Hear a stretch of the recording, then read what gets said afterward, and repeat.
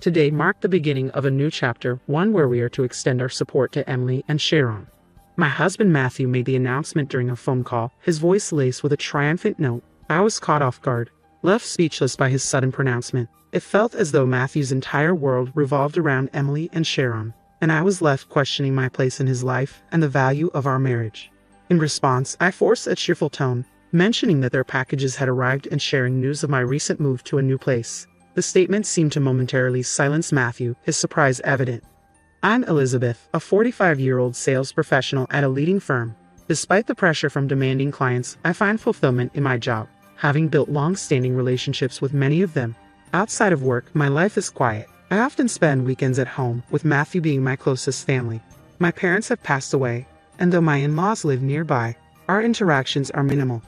Matthew enjoys dining out and frequently invites his sister Emily and her daughter Sharon to join him. At first, I resented this preference for their company over mine, but over time, I began to understand the deeper reasons behind his actions. Emily and Sharon had faced hard times, living in a cramped, run-down apartment after the collapse of my father-in-law's business. Matthew's gratitude towards Emily runs deep, as it was her financial support during his education that allowed him to finish college despite the struggles they both faced. Learning more about their situation and Matthew's sense of indebtedness to Emily shifted my perspective. I chose to embrace understanding and let go of my complaints, recognizing his desire to give back to his sister and niece. Though it sometimes leaves me feeling isolated, I have come to accept it as a part of our life together. Matthew's loyalty to his family became even clearer when he shared the news of Emily's divorce and her decision to retain custody of Sharon. Emily has never been an easy person for me, especially after our first meeting when she openly criticized my appearance and style. Still, the latest developments have made me reflect on our family dynamics and my role within them. As Matthew continues to prioritize his sister and niece, I've resolved to support him, hoping that we can continue to uphold family unity despite the challenges. Matthew and his family chose to overlook Emily's rude behavior towards me, forcing me to endure it in silence. He later told me that he planned to visit his parents frequently, emphasizing Emily's fragility compared to my resilience, while expressing concern for Sharon. Despite the sting of his words, I held my tongue, realizing that arguing would only push Matthew further away. With a heavy heart, I simply bid him farewell. As time passed, Matthew's presence at home grew increasingly rare. He often didn't return to the well after midnight during the weekdays, and his weekends were entirely spent away, deepening my sense of isolation. Coming home to an empty, dark house confirmed his absence, exacerbating my loneliness. On the rare occasions when Matthew was home, his behavior became more difficult to tolerate. One day, he shocked me by demanding that I buy a designer bag as a housewarming gift for Emily, justifying it with the news of my upcoming bonus. I questioned the necessity of such a gift, suggesting that he should be the one to purchase it. This suggestion angered Matthew, who insisted that, since I had married into the family, it was my duty to extend such courtesies to Emily. His lecture on family manners lasted for an hour, ending with a stern reminder to ensure that Emily and Sharon received their gift. Afterward, he left, presumably to visit his parents.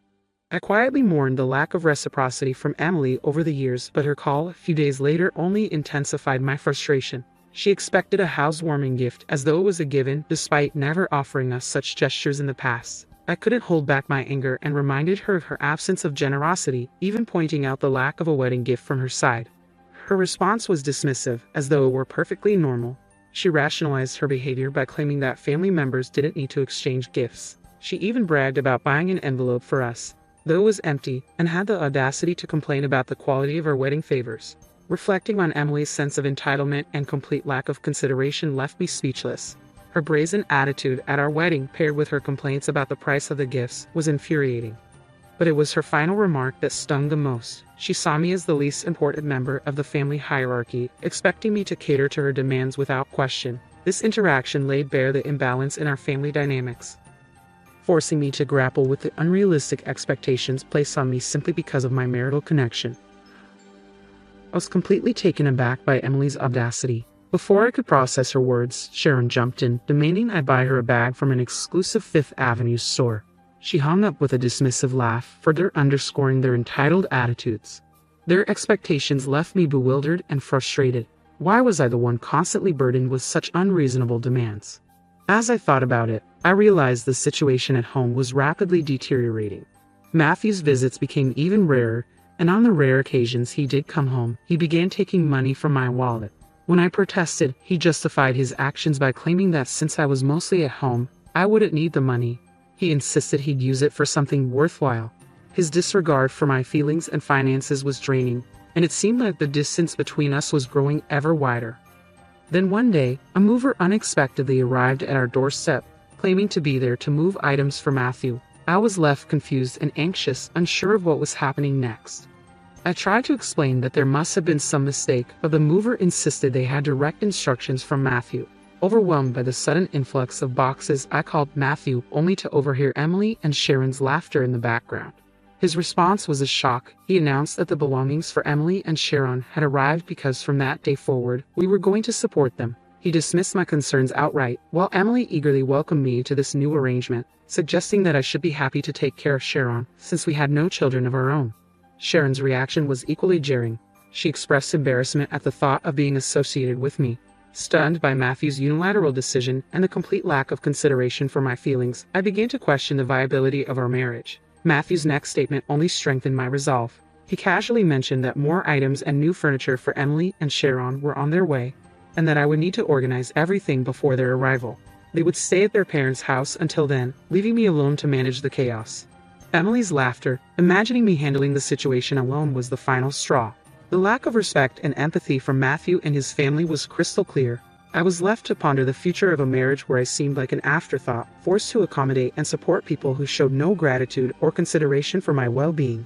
Sharon's bold demand for careful handling of her precious belongings pushed me to my breaking point, and I was itching to end the conversation with a curt, "All right." Without another word, I hung up, my heart a mix of frustration and determination. No sooner had I put down the phone than I sprang into action, ready to change my situation. 2 weeks later, Matthew called, eagerly inquiring about the additional baggage and whether I had organized everything. His voice carried an anxious tone, no doubt curious about the state of our home. With forced sweetness, I informed him that everything had arrived and that I had moved into a new place. I delivered the news with a deliberately cheerful tone, savoring the moment. Matthew's confusion was palpable. His stunned silence spoke volumes. Indeed, on the day Emily and Sharon's possessions arrived, I had already begun to take control of my own future. I didn't waste a moment. I rushed to a local real estate agency, determined to find a place to stay immediately. Despite the agency's initial hesitations, concerned about typical move-in procedures and ongoing renovations, my persistence paid off. I was shown a shared residence with secure entry, shared amenities, and utilities included, making it ready for me to move in right away. The fact that it came with cleaning services and furnished rooms made it even more appealing. After seeing the last available room, I decided on the spot it was perfect. When I called Matthew to break the news, his reaction was one of shock and disbelief. He couldn't grasp the idea of me moving out. He insisted that, as a married couple, my actions were absurd and demanded an immediate apology, urging me to return. In the background, Emily and Sharon's panicked and angry voices only added to the chaos. Matthew, in an attempt to assert control, threatened me with the consequences of a divorce, implying I would struggle to find someone else due to my age and appearance. Their cruel taunts were meant to demean me, but they only made me more resolute. In a twist, I confronted Matthew with knowledge of his affair. Caught completely off guard, his flustered response confirmed my suspicions. It was clear he had underestimated me. Despite his betrayal and the collective disrespect from him and his family, I stood my ground. I reminded them of the strength and independence they had overlooked. My decision to move out wasn't just about escaping their toxicity, it was about reclaiming my dignity and starting anew, free from their selfish demands and unkind judgments. I informed Matthew that I had enlisted the services of a private investigator. Given his frequent absences, I suspected he might be having an affair. My intuition was right. Within 5 days, the investigation was completed, revealing Matthew's daily rendezvous with his mistress after work. The times he claimed to be dining out with Emily and Sharon were merely a cover for his days off. The investigator had captured numerous photos of Matthew and his mistress, showcasing their intimacy. I couldn't help but reveal the truth with a mix of amusement and disbelief. The evidence collected painted a clear picture of Matthew's deceit, showing that the funds he had been extracting from my wallet were likely being used to finance his escapades. With photographic proof in hand, I made up my mind to divorce Matthew, determined to seek alimony from him, and perhaps from his mistress as well. I confidently informed Matthew of my plans, including the dispatch of a certified letter to both him and his mistress at their workplace. The affair would no longer remain a secret. When I visited a law firm with the evidence, even the attorneys seemed taken aback by the compelling case against Matthew. Matthew's reaction to the impending exposure was one of fury and disbelief. especially at the thought of his office colleagues learning of the affair through the certified letters. Emily's anxious inquiry into Matthew's well-being hinted at her deeper motives, as she had expected to live comfortably off her hard work while maintaining a leisurely lifestyle. Matthew's silence in response to Emily and Sharon's concerns only underscored his dilemma. He had not only betrayed me but had also jeopardized his financial stability and relationships. I pointed out to Matthew the likelihood of his financial ruin, as indicated by the investigator's report on his lavish spending on his mistress, including expensive gifts that hinted at potential debt. Emily and Sharon's outcry was loud and accusatory, berating Matthew for his actions and expressing their disdain for his choices. Despite Matthew's pleas for help in managing the fallout with Emily and Sharon, I stood firm in my decision to proceed with the divorce and demand appropriate alimony. I made it clear to Matthew that he needed to face the consequences of his actions on his own, emphasizing the urgency of addressing the situation before the certified letter made the affair public at his workplace. His frustration was evident, but I remained detached, focusing on securing a fair settlement and moving forward from the betrayal and deceit that had overshadowed our marriage. After ending the call, I chose to ignore his subsequent attempts to reach out, blocking any further calls from him. In my mind, Matthew and Emily were now on their own to navigate the mess they had created. My decision to divorce Matthew became final, especially after his initial reluctance to proceed due to the lifestyle we had maintained with our dual income. Matthew's realization that maintaining the same standard of living on his own was unrealistic seemed to drive his resistance. However, armed with undeniable proof of his infidelity, I firmly communicated my refusal to consider reconciliation and threatened legal action if he continued to oppose the divorce.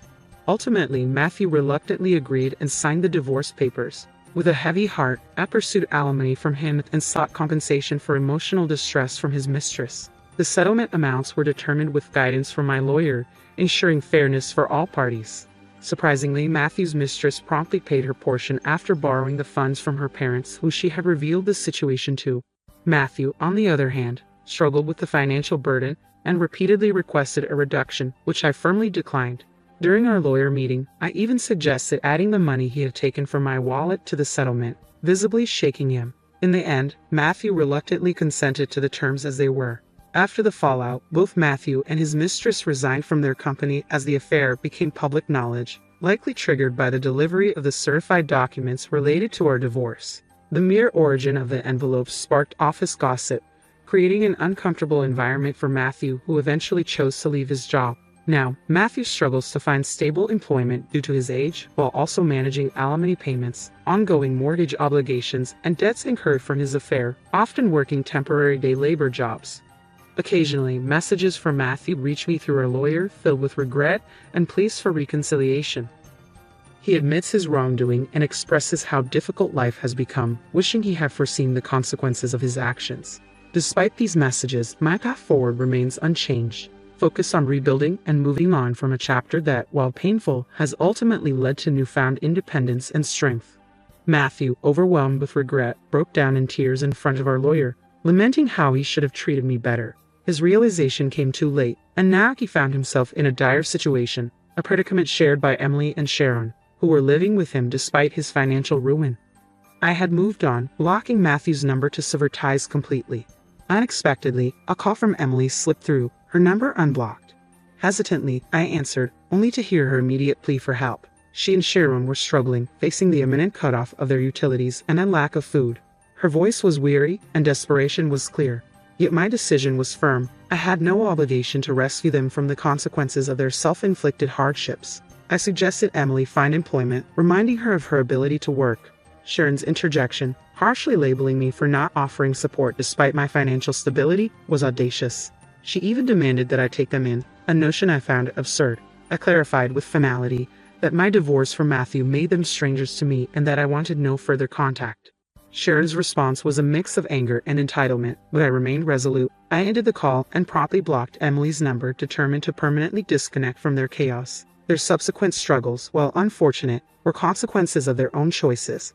I had embarked on a new chapter, moving out of the shared housing, not out of necessity, but to welcome a new companion into my life, a dog I met at an adoption event. This dog, unlike the others, seemed to choose me, its gaze locked onto mine in a moment filled with destiny. After multiple visits and a growing bond, I adopted the dog, which necessitated a move to a pet-friendly apartment. Dogs offer loyalty and joy that human relationships sometimes fail to provide, and my new home is now filled with the unconditional love of my dog, who eagerly responds to my call.